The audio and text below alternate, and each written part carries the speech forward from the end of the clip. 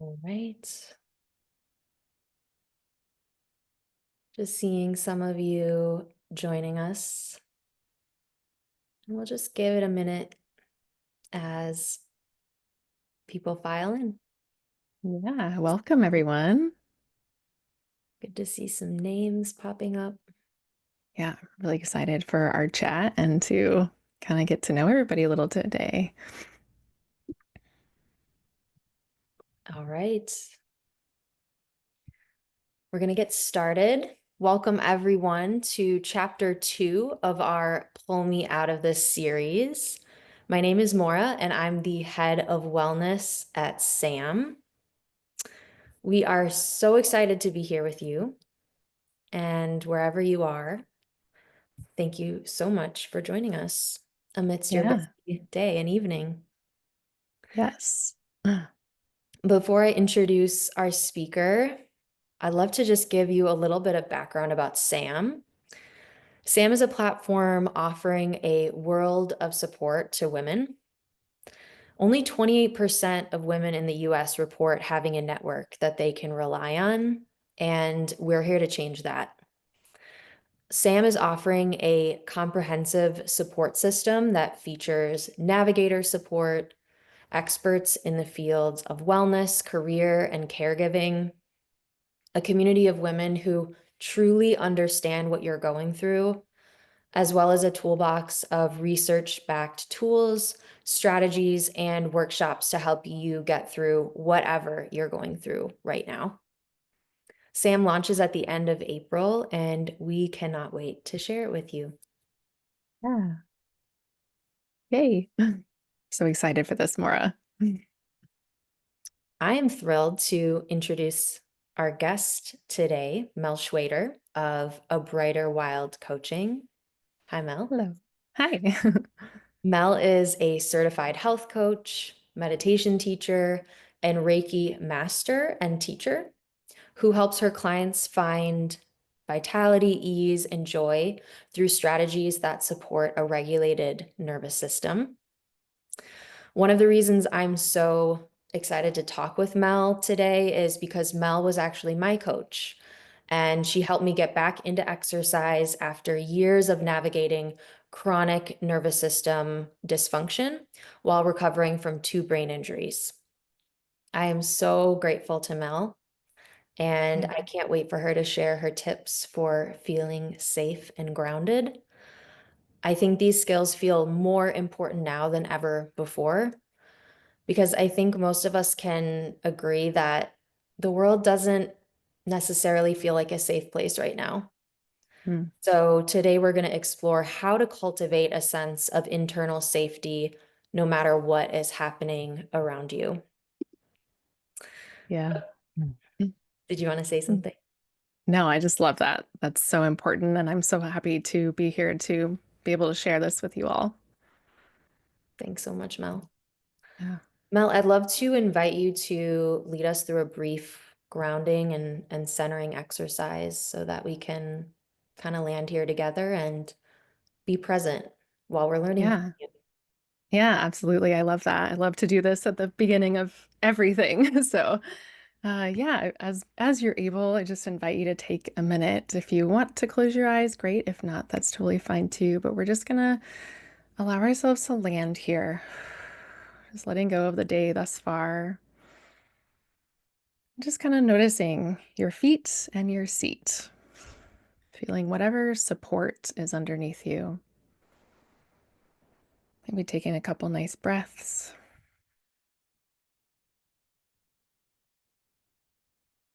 Kind of arriving here in your body in this moment. And we're welcoming all parts of ourselves. So we're showing up with whatever is going on in our lives, knowing that this is a safe space. All of you is welcome here. Hmm. So, yeah, just taking another breath or two, just kind of feeling the surface underneath you.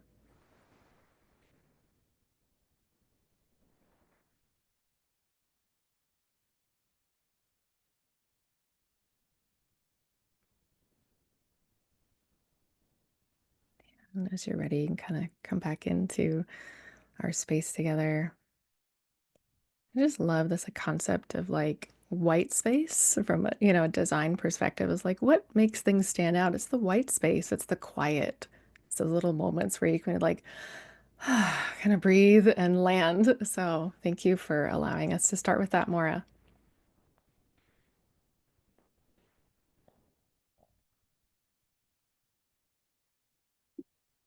Thanks, Mel. I Yeah. really needed Yeah. that. Yeah, me too. I'm sure I'm not the only one here today. It was had just a busy Tuesday. So All right. I think we want to start by actually checking in with our audience. yeah. What brings you today? What are you hoping to learn? We'd love to hear Hmm. from you in the chat. Yeah, I'm really hoping that this content, this title was intriguing for a lot of people that are, whether you're going through a particularly challenging season of life right now or not. I think these are information and tools that all of us can use, right? But I'm very curious if there's something specific any of you are hoping to get out of today. And I'm not seeing anything in the chat yet. Yeah, So I just want to make sure that, oh, there we go. Just want to make sure that was working. perfect. Thanks, guys. Mm. Yeah, just feeling more calm. I love that. We can all, I think we can all relate to that idea. Or going through a separation, don't feel like myself. Yeah, I've been there. Feel that disconnection. So hopefully today will offer some tools to kind of bring you back into center with yourself. I love that. Thanks for sharing that, Laura. Yeah.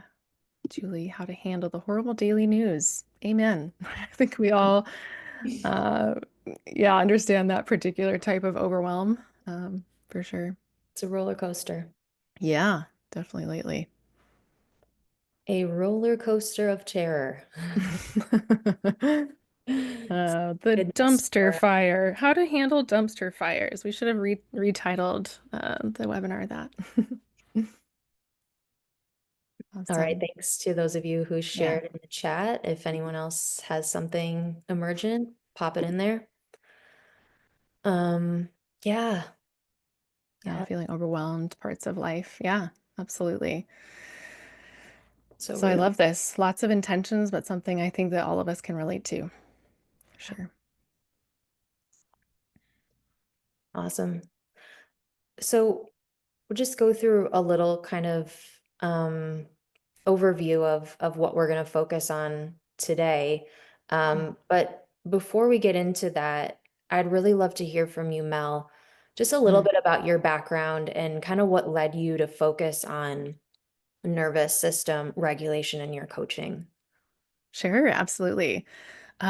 So let's rewind here. My background is in human physiology and biochemistry, and I did clinical research for a little while and was set to go to graduate school when I was struck by a whole bunch of really serious, debilitating symptoms. So the next several years were quite a roller coaster of seeing doctors and treatments and all sorts of things trying to find answers.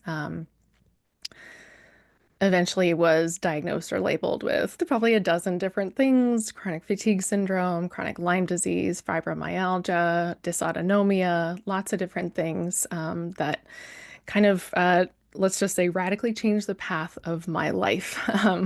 So I never ended up going to graduate school or medical school, which was my original plan. But honestly, looking back, I'm very grateful for that redirect. So it was honestly just my own healing journey that allowed me to explore a variety of modalities. So I think Reiki, that's kind of that energy medicine piece, was my first introduction to more of this more subtle nervous system based therapies. So I got certified to do that.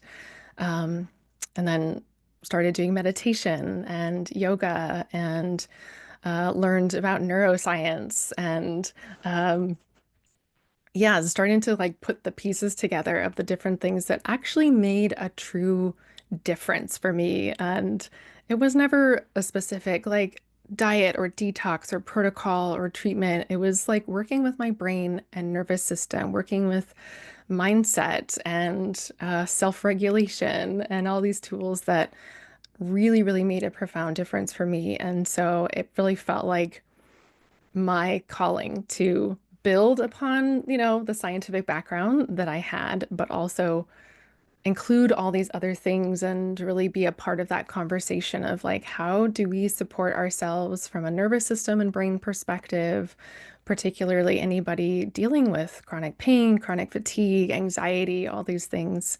Um, so yeah, that's kind of where I ended up. Eventually got certified to do coaching and pain reprocessing therapy and all sorts of things now. So now I have a practice for coaching and Reiki and things that I'm so excited to be able to do this work.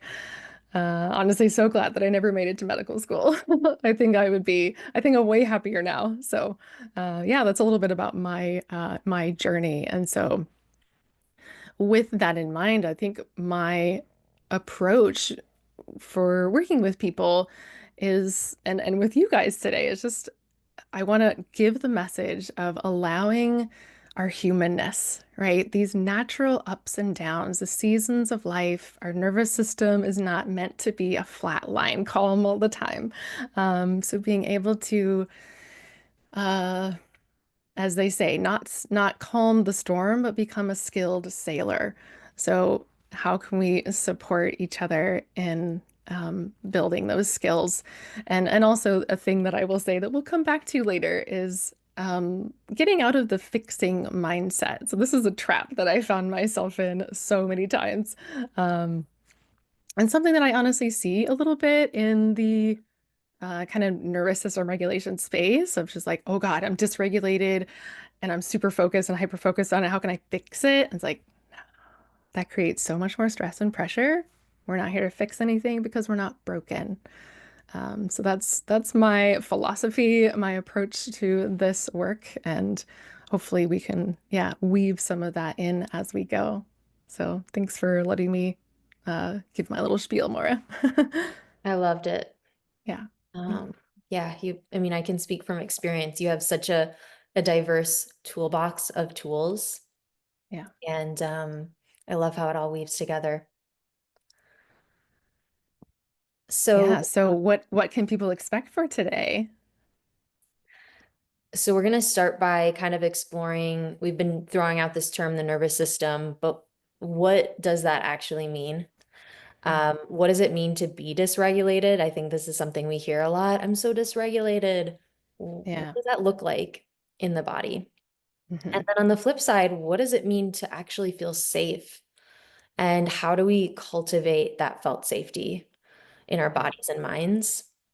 And not just in the moment, but what does that look like over time to help us Mm. become more strong and resilient and calm and peaceful while also Yeah. experiencing the wide range of emotions that are wonderful and okay and healthy Yes. sometimes.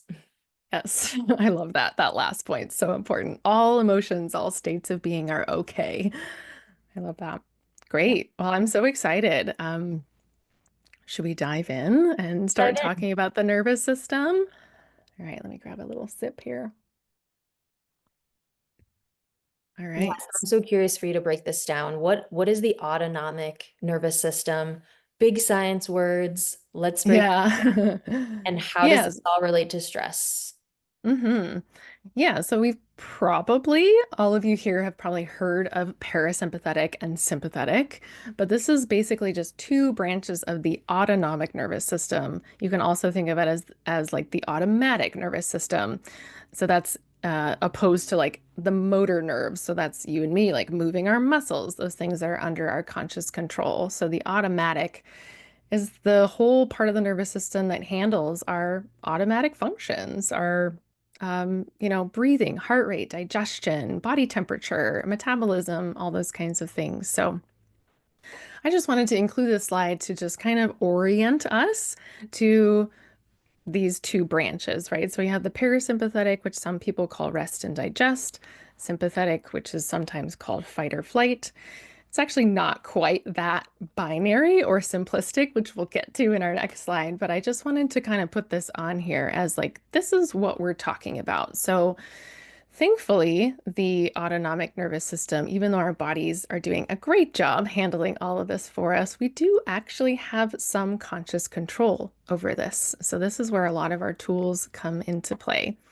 Um, so yeah, this is autonomic nervous system. Like I said, it's not this binary. It's not a switch, right? We're not turning it on or off. So it's more about fluid and mixed states. And honestly, it's more about the amount of energy in the nervous system and the orientation of that energy. So we'll get into that in our next slide here, which is about the polyvagal theory. Really quick about the vagus nerve. We won't spend too much time on this, but this is our 10th cranial nerve. It's kind of our primary regulator of those automatic functions. So it runs, the sides of your neck down here into your chest and kind of branches and wanders through all parts of the body, innervating all sorts of our organs. So that's where that name comes from, the polyvagal theory. This is basically meaning poly, multiple, multiple states of the vagus nerve. So, um, yeah, so I loved this slide because it's not just one or the other, right? We have this lovely like Venn diagram thing where we have these three kind of primary states and then three of these what are called hybrid or mixed states. So if we can maybe zoom in on the top one, the relaxed state first. So going back to that last slide, remember that parasympathetic rest and digest. So this is what's called the ventral vagal pathway.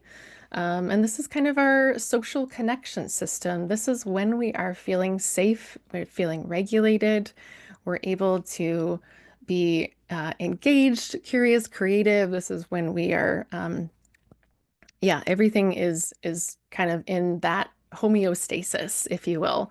So this is where people often want to be, right? That's kind of the goal, which again, I recommend getting rid of that goal. We all know that it feels good to be in our ventral vagal state, but it is really normal to go through all of these states, even in the course of one day. Um, so let's go down here to the immobilized.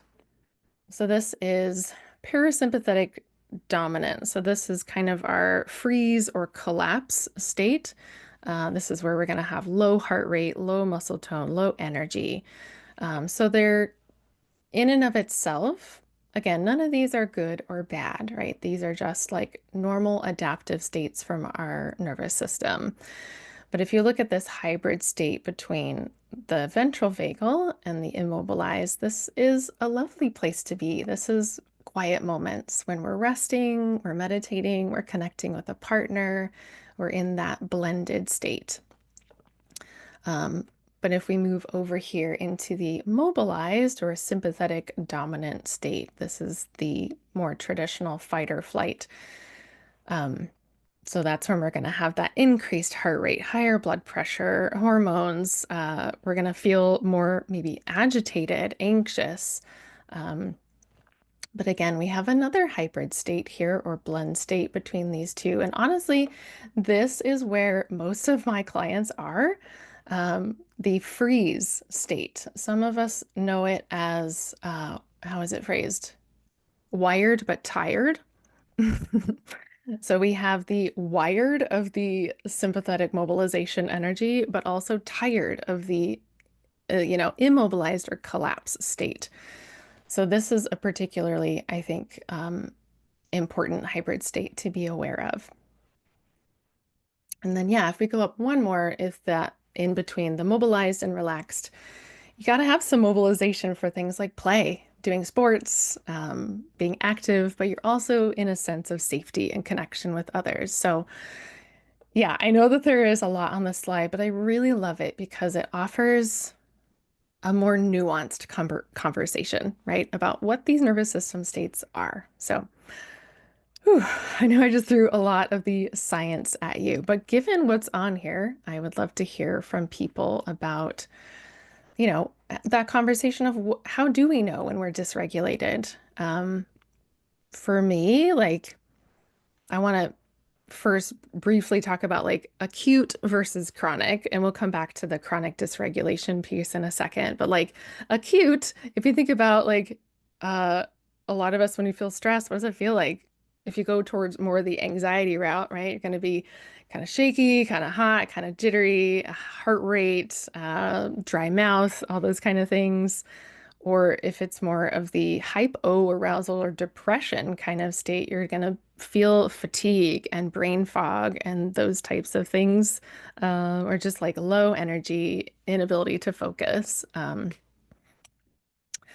And then chronic dysregulation, which again we'll come to here in another minute. But this is where things develop like chronic pain, chronic fatigue, insomnia, digestive issues, irritability, like these kind of bigger dysregulation syndromes or things like that. So I'm curious, yeah, what your experience has been more. I know we talked a little bit about it when we worked together, but I'd Yeah. also love to hear from people in the chat too. Yeah. I mean, laundry list of things like yours, Hmm. increased heart rate, Yeah. stomach pain, headaches, um, just feeling kind of disconnected from myself, depression. Mm. So, yeah, as we hear from some of you in the chat, like Mel said, there are those acute symptoms that we might feel in the moment of stress that kind of our body then goes back to this state of regulation over Hmm. time. But when we're stressed all of the time and that doesn't stop, basically we learn to be in that state of constant Yeah. stress. And our body is not functioning properly when its systems are shut down, essentially, Yeah. so that we can protect ourselves. That's that evolutionary mechanism kicking in. Yeah.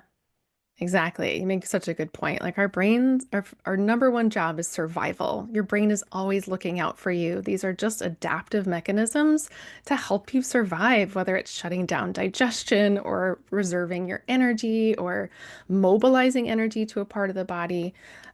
So when we can kind of reframe it in that way of like, oh, this is a really normal thing. My brain's just looking out for me, then we can, I think, engage with our tools in a little healthier way. So, yeah, just kind of looking at the chat here, Laura said she definitely relates to that wired but tired feeling. Yep, same. Digestive issues, super common one. Yeah, insomnia, poor appetite. Absolutely. So, yeah, going back to what I mentioned a minute ago, regulation isn't about like being calm all the time, or there's gonna be fluctuations. So let's talk about the window of tolerance. So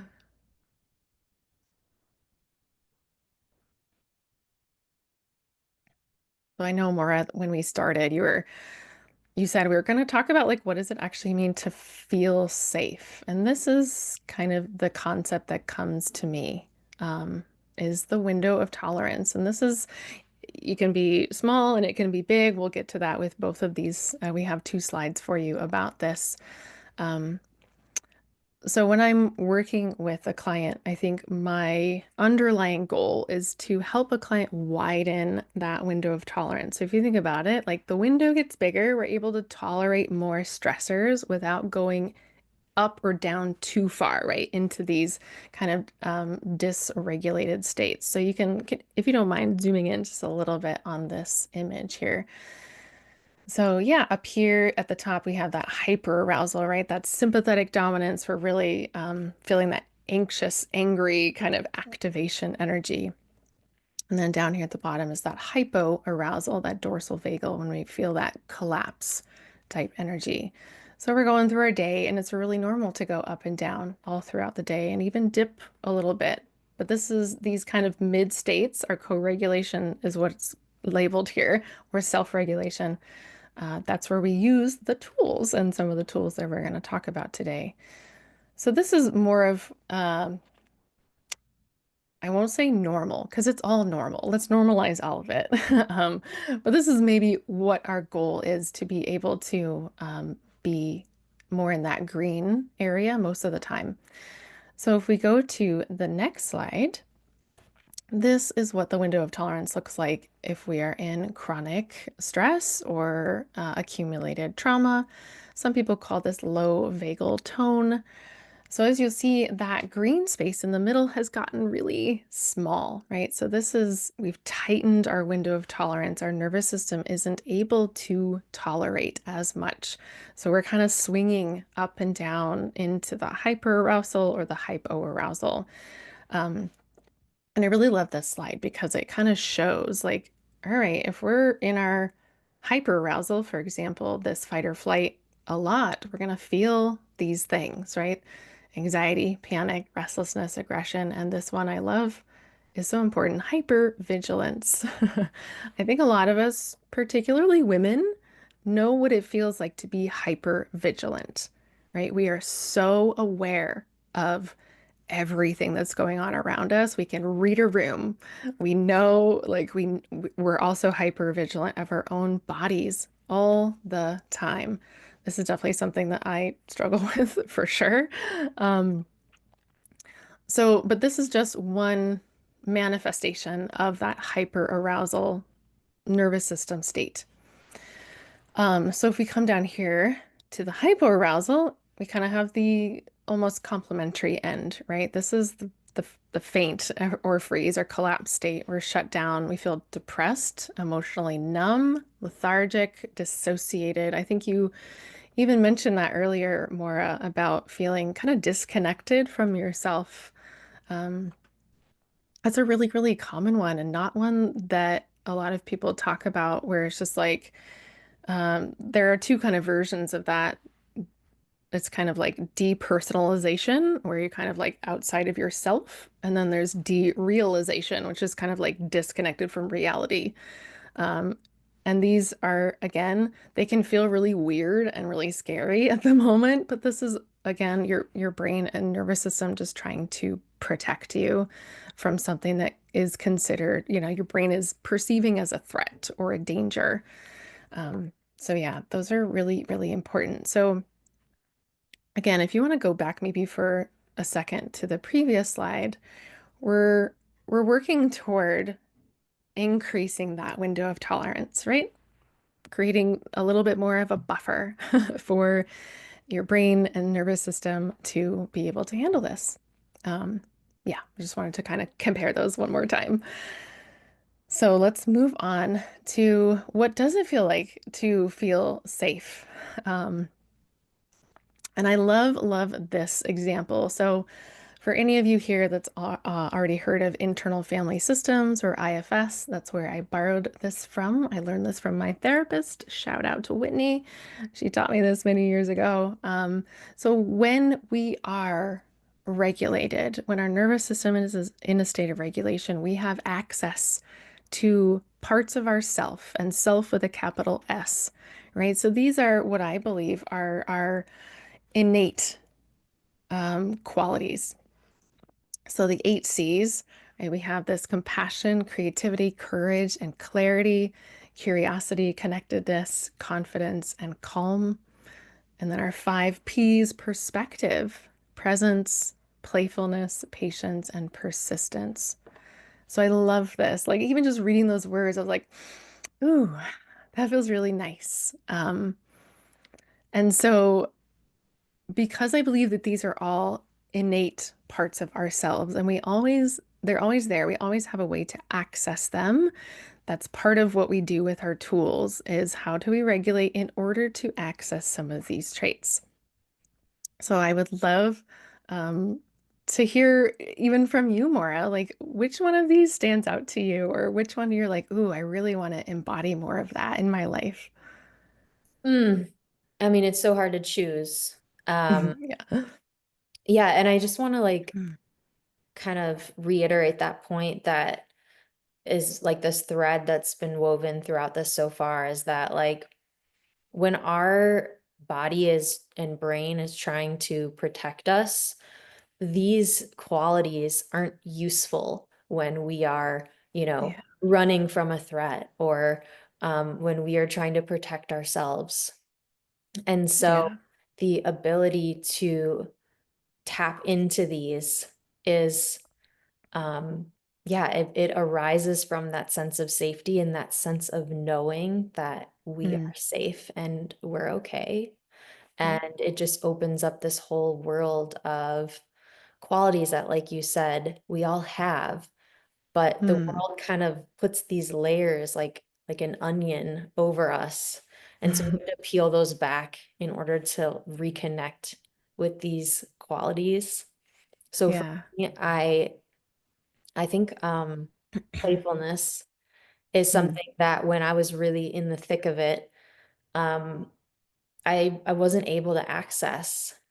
mm, And that joy that I think that as we get older and we have more and more responsibilities and we're more aware of, the scary things in life, and yeah. confronted with those things, we lose that sense of childlike wonder, that ability to play and laugh and find joy. And that was such a critical piece for me in my recovery. So I love that that's on. Yeah. Yeah, great point. And yeah, to reiterate, like when our brain is perceiving danger or threat, it's going to turn on survival mechanisms, and it does not make sense to be playful or curious or relaxed when your brain's like, hey, like we're in danger. So that's why I wanted to illustrate these things of like this could be a way for you to know, oh, I'm coming back into regulation, or like this is what regulation feels like, or I want to feel that for me. So Well, and it's also, it's not, it's a way we know that we're coming back into regulation when we experience these things, but also when we mhm, create space in our lives to experience these things, when we intentionally say, you know what, I'm yeah. not feeling joyful or playful today, but I am going to sit down and I'm going to play a game, or I am going to watch a show that makes me laugh. That increases our brain's familiarity with those experiences. And we start to be able to more easily access those when we build in those opportunities into our lives. Yeah, great point, Maura. They do. It's kind of a two-way street, right? Of like, even if we don't feel particularly playful or curious, we can slowly teach the brain that, like, we're doing this thing, therefore, maybe we're not actually in danger or under threat. I love that. Yeah, great point. Yeah, so maybe we'd love to hear from you in the chat. Which one of these qualities is really speaking to you? And maybe Mhm, just like looking intuitively, not thinking too much about it, like what is the first word that really stands out to you? Would love to mhm. hear from you. Yeah, Laura said confidence. Yeah, feeling that strength. I automatically go into a power pose when I think confidence. Like, hell yeah, let's embody that. Hmm. Julie said perspective. Yeah, it's really hard. So when, like I said earlier, when your brain is perceiving threat or danger, we're moving our energy from what's called the prefrontal cortex, which is kind of our higher, wiser self, which is where all these states are. And we're moving down into the limbic system, which is our more primal brain. So it literally can feel like I just don't have access to this part of myself when you're super stressed, right? Chronic stress and burnout. So it's totally okay if it feels a million miles away. It's still there, and you can still access it. It might just take some practice. Um, yeah, I think the one that stands out to me is curiosity. I've always been a very curious person, even as a child. So like that to me of like, oh, I feel safe and regulated enough to like explore, to try something new, to seek a novelty, to learn a new skill, meet a new person. Like, yeah, that's how I know that I feel more regulated and would love more of that in life.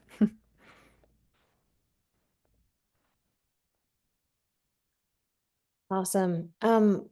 Yeah, so we've talked a little bit about how the nervous system gets dysregulated, what that looks like. Mhm. I'd love to know a bit more about some of these. ways that we can feel safe in the nervous system, and particularly this idea of co-regulation. Could you explain what that is? What that Yeah. like how we can get more of that in our lives? Yeah, so real briefly, I know that we're going to move into some practical tools here in a minute for ourselves, but something that's often overlooked is this idea of co-regulation. The fact that we humans are social creatures, we are picking up cues from each other, and that is so, so important to nervous system health. So even right now, things in your brain called mirror neurons are firing because you are watching us.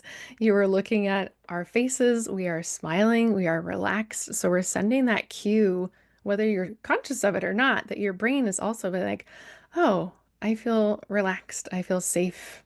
That's part of it. So we all know the classic example of mirror neurons. If somebody yawns, if I were to yawn right now, probably some of you will also yawn. So that is a really like deeply built-in mechanism in our brain that helps us sync up as a tribe, right? As a community of people.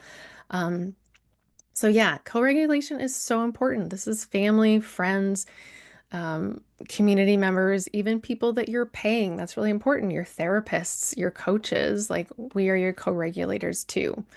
And kind of jumping off on that, it's always great to seek professional support if you need it, whether it's a licensed mental health professional or other health professional or a coach like myself. We're here to help you and support you, and there is absolutely no shame in getting all the support that you need. Yeah, I'm really glad that we touched on this because this is so important to us at SAM. I Yeah. think this is really just part of the foundation of why we're doing this, is because especially when you're going through something hard, you can have a million friends and family members, at your side, but if they don't really understand what you're going through, Yeah. sometimes you can feel alone. And SAM is a place where you can come to, get that support from professionals, but also feel part of a community of peers who truly get what you're experiencing. And that Yeah. creates a sense of safety. Yeah. I would have personally loved that through all the years of my chronic health issues for sure. So okay, so let's kind of dive into some tools and techniques for our nervous system regulation. So there's kind of two approaches to this. So there is top down, which is the brain to the body, and then there's bottom up, which is the body to the brain. So both of these are really important, and you're probably familiar with some of this already that's on the slide. So a lot of us are really familiar with like talk therapy, meditation. These things are usually top down approaches. So this is about changing thought patterns and belief patterns. And then there's bottom up, which is the more somatic, right? This is body based. So doing things like breath work, movement, even art and music. So this is about somatic awareness and emotional processing. So both of these, like I said, are important. It's important to include them both. Uh, I'm sure you'll find one or two of these that, resonate with you more. Find those tools that you like and use them.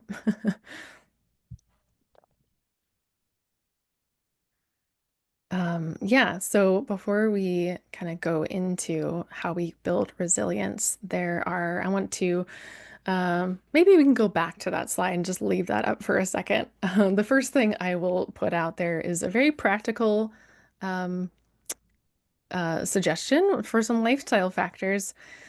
How we regulate our nervous system does include things like getting good quality sleep, maybe limiting caffeine and alcohol, getting some fresh air and sunlight, and especially things like blood sugar regulation. This is all really important kind of practical lifestyle modifications that do make a pretty big difference.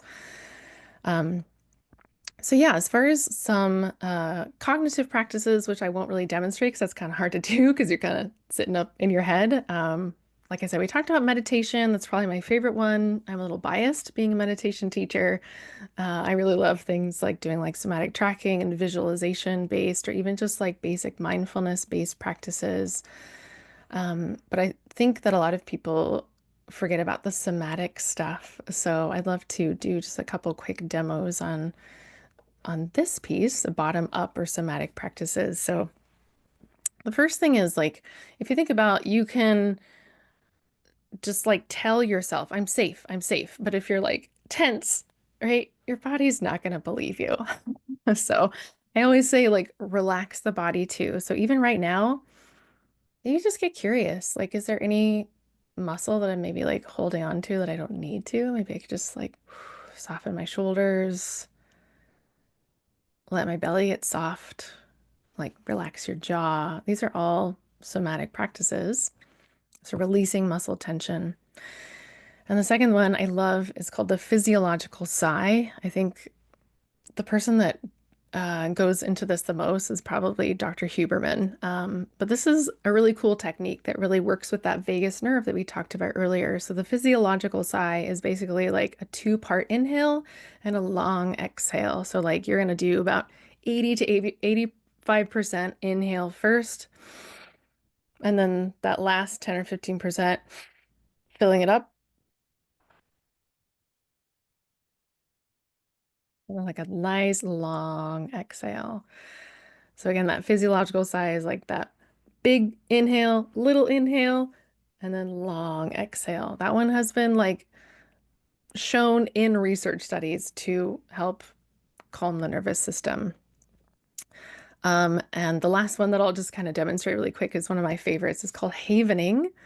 So this is a kind of a self-touch practice that I really love, that makes a lot of sense. So a lot of it, I start up here with the shoulders. If everybody wants to try it, great. And we're just very slowly moving our arms down. It's just like if you think about we're comforting a scared child, this is a motion that we naturally do, right? And we're moving down just like this really soft. I can even feel my nervous system kind of calm down as I'm doing this. So that's havening. You can even like pull it down through your arms if you want. You can do it on your face. It's basically like this gentle kind of like self-touch moving downward. So that's havening. So I those are love that. just, yeah, a couple of quick demonstrations for some somatic tools. Yeah, and I remember you teaching me that and like just sitting with the power of I can I think so often we can look to others to calm us down, Hmm. depending on your personality style, but we might reach for the phone and call someone and, vent or whatever. And just how empowering it is to realize that we have the ability to provide this care to Mm. ourselves. And I think Yeah. also, like you mentioned before, pairing it with those phrases or affirmations, I'm safe, I'm okay, or Hmm. even I'm here, really can drive it home to the nervous system. Yeah, absolutely. And yeah, combining some of these tools together is great. Yeah, so um, I want to just talk a little bit about how we can build this sense of resilience over time. What does it look like to actually incorporate these techniques in the moment and then Hmm. also integrate them into our daily lives, even at times when maybe we're already feeling good, so that we can really imprint them into our systems, our mind and body. Yeah. So the first thing I'll say is that the small, consistent actions are what rewire the brain. They always say repetition is what rewires the brain. So the more of this you can do, the more you can build those habits, the better. And that's why I like to teach these really small, bite-sized kind of practices that we all can ideally fit into our day, hopefully multiple times a day, just taking a minute to do a physiological sigh or some havening.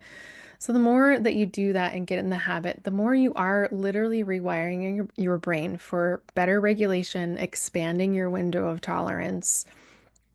And it can take time, right? It takes some patience to build new habits. So I always tell people to be extra gentle and loving with yourself. Give yourself the space and grace you need to, start to incorporate these.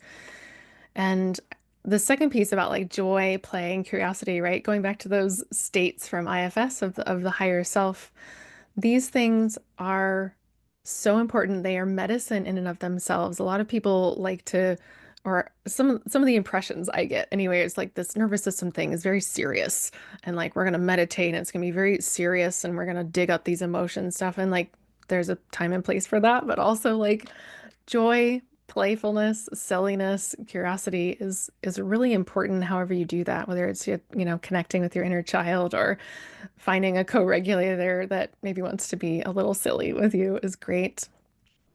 Um, and this last piece, which honestly, like, we could do an entire webinar on setting boundaries.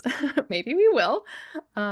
So important, right? Nobody gets to choose for you. You are the one in charge of what you allow into your inner space, right? So whether it's setting boundaries in relationships, how much time you're doom scrolling on social media, what type of media you're consuming, you're the one in charge of that.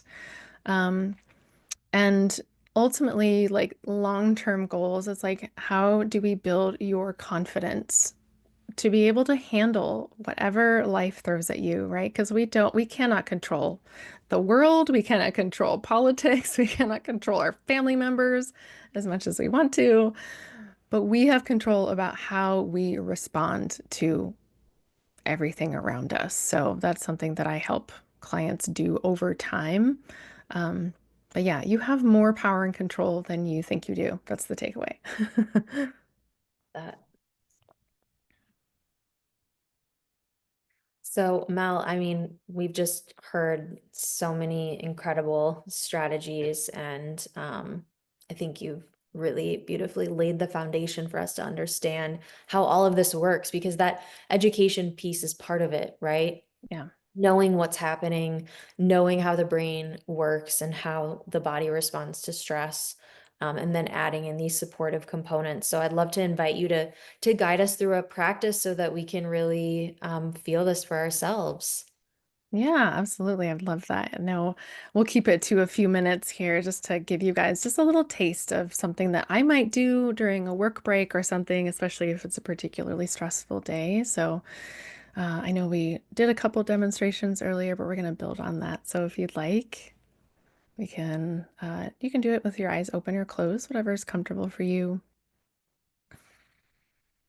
We'll just kind of take a nice couple breaths and again, just tuning back into your body, any quality of aliveness that you notice.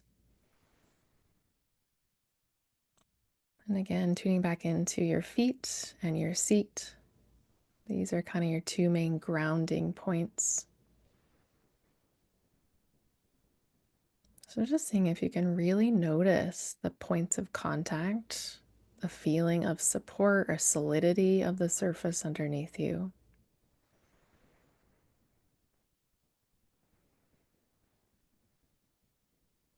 So that grounding piece is always the place that I like to begin. Like, where am I? To even putting hands on your body, like, this is my body. I am here.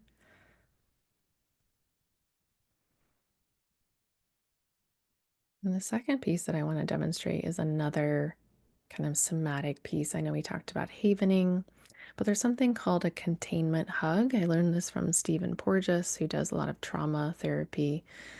Um, so the containment hug is essentially taking your right hand, your palm, and you're kind of putting it under your left armpit or like right on the side of your left chest, like a nice squeeze. You feel really contained, and then taking your left hand and putting it over here on your right shoulder, right arm. So we'll kind of close our eyes again and coming back in. Just kind of notice what this feels like to you. Just like a little different variation of a self hug. So you're welcome to stay in this little hug for a minute. I'll invite you to come back into that sense of aliveness. And we're being open and curious of what's going on in the body today, but particularly for this exercise, I invite you to look for any areas of your body that feel good. Maybe a positive sensation. Maybe there's an area that feels warm or relaxed, soft. or even a neutral sensation is okay too. Again, the brain is always going to look for pain and discomfort first. That's its job. But we can lovingly redirect our attention to a place that feels good.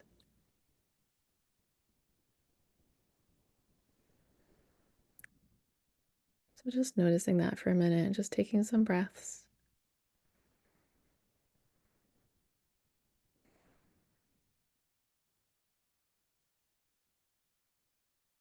And as you're watching that positive sensation, just being open and curious of what else you're noticing. Are you noticing maybe breathing a little deeper, feeling more calm?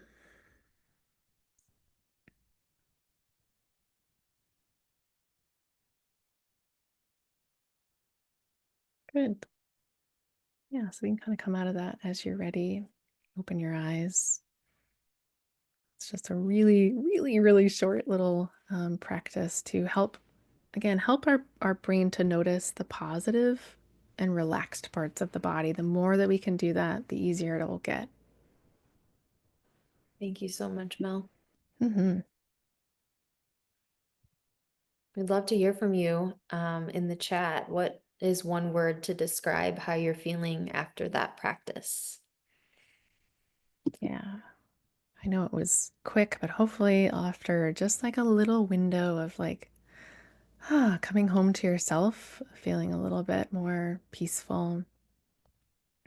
Abby says relief. I love that. I remember the first time I did this like containment hug and havening, I cried. I'm such a crybaby, but like it was such a release of just like all this pent up emotion. So, yeah, inspired. Alex, love that. Great. Peace. Perfect. These are wonderful. So, yay. Feeling human. I'm feeling human. Human. Oh, I love that. Embracing the human. Human, Yeah. humaning. Yeah, so before we have a couple minutes for Q&A, I just wanted to offer a few key takeaways of our time together. So that first one, right? Your brain is always looking out for you. Its number one job is survival. We may not always agree with how it's doing its job, but it's always working for us. And that second one, you are not broken. I have a lot of people come to me and say my nervous system's broken. It's like, no, your nervous system's just been in chronic dysregulation. You've been outside of your window of tolerance for a long time, but you are not broken. There's nothing to fix. And then repetition rewires the brain. It takes time, it takes practice to learn these and integrate these. So be patient. And I love this. Know what is yours to control, right? We can't control all the external stuff, but we can control how we respond to it. And this last one, you are not alone. You are never alone. You have your co-regulators. You have people like us here too to support you. So nobody needs to do this by themselves.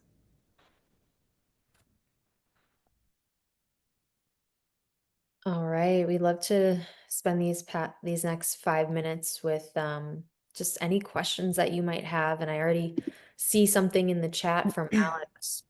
How long Great. does it take to retrain your brain? Good question.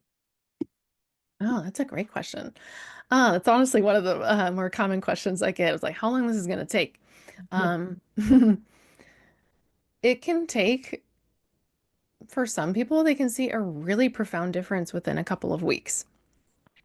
But I often tell clients to give it at least like 3 to 6 months before noticing like a real deep shift in how you live your life every day. That's my best answer. From a few weeks to a few months. Yeah, and I was also gonna say that like this need, and you've spoke about this a little bit, but this like need to want to fix things, Hmm. um, and this like drive to get better can sometimes put pressure on the nervous system and Oh create more yeah. stress, and that can hold us back. So much of this Yeah. approach is about meeting ourselves where we're at, knowing Hmm. that we may have to lean into the unknown of just putting in the work day after day and trusting the process. And once we can let go and um, lean into that awareness, I think that you can get better much more quickly than if you're pushing yourself or pressuring yourself. Oh gosh, yes. Again, another topic that could be an entire webinar. But yeah, I definitely have a lot of clients that get stuck in that trap of like watching the clock. How long is this going to take? And it creates so much pressure, right? And this is something that I struggled with too. Because of course we want to feel better. We want to feel better now. But it does take time to really rewire the brain and nervous system. Yeah, so that's a good point, Maura. Well, and also it's like a symptom of having a dysregulated nervous system is that you feel this sense Yeah. of urgency, right? So Yeah. Oh, again, yeah. like that cycle, that kind of endless cycle. Yeah, it's a self-perpetuating thing, right? When it's like your nervous system's already ramped up and you feel discomfort all the time and you want out of it. So there's, yeah, a sense of urgency. That's where things like perfectionism come into play as well. And we can be really hard on ourselves, which just backfires, in my opinion. Is such an ingrained, like culturally ingrained um way for women to be, Mm, pushing yeah, ourselves, wanting to put others before ourselves, wanting to do everything the right way. That's how we're conditioned. So yeah, if you find yourself wanting to push yourself or rush or, feeling frustrated with the pace, like give yourself some compassion. I think that's yeah. such an important part of this whole healing journey is being able Hmm. to say it's okay and I'm not broken, I'm not alone, and Yeah. the thing that I'm experiencing is normal. And Yeah, gosh, I've not worked with a single client that has not struggled with being hard on themselves, putting a lot of pressure and perfectionism, and yeah, absolutely. so we have 1 more minute left. Does anyone have a quick question to throw in the chat? Do a little rapid Yeah, fire response here. feel free. And I'm hoping with all the, material that we covered today that someone is like, "Ooh, I'm inspired to go read some more about polyvagal theory," or things like that. I know there was a lot of the, kind of science background today, so hopefully that got you all thinking. But yeah, I really appreciate chatting with you, Maura, and your questions as well. This was really my privilege. Yeah, I think it was a great balance between the science and the quantitative and qualitative, so to speak. great. Yeah, Thank you, everyone, for joining us today, for yeah, taking time out of your busy evening to learn about your nervous system and give yourself a little love for showing mm, up for yourself. Uh, yeah, just want to throw it out there. Our Pull Me Out of This series continues. Next week, we have an incredible conversation with author Kate Washington on caregiving and resilience. That's March 25th. And the following week with Jess Galika, who is really a career guru. She's going to talk to us about pivoting, downshifting, and possibilities, how mm, to let go to get ahead in our mhm. career. So, thank you so much once again. We hope to see you again soon. And please keep a lookout for Sam as it drops at the end of April. We can't wait to see you there. Have a Yeah, wonderful I'm rest of your evening. excited. And thank Thanks, you so everybody. much, Mel. Thanks, Maura. This has been great. Thank you for having me.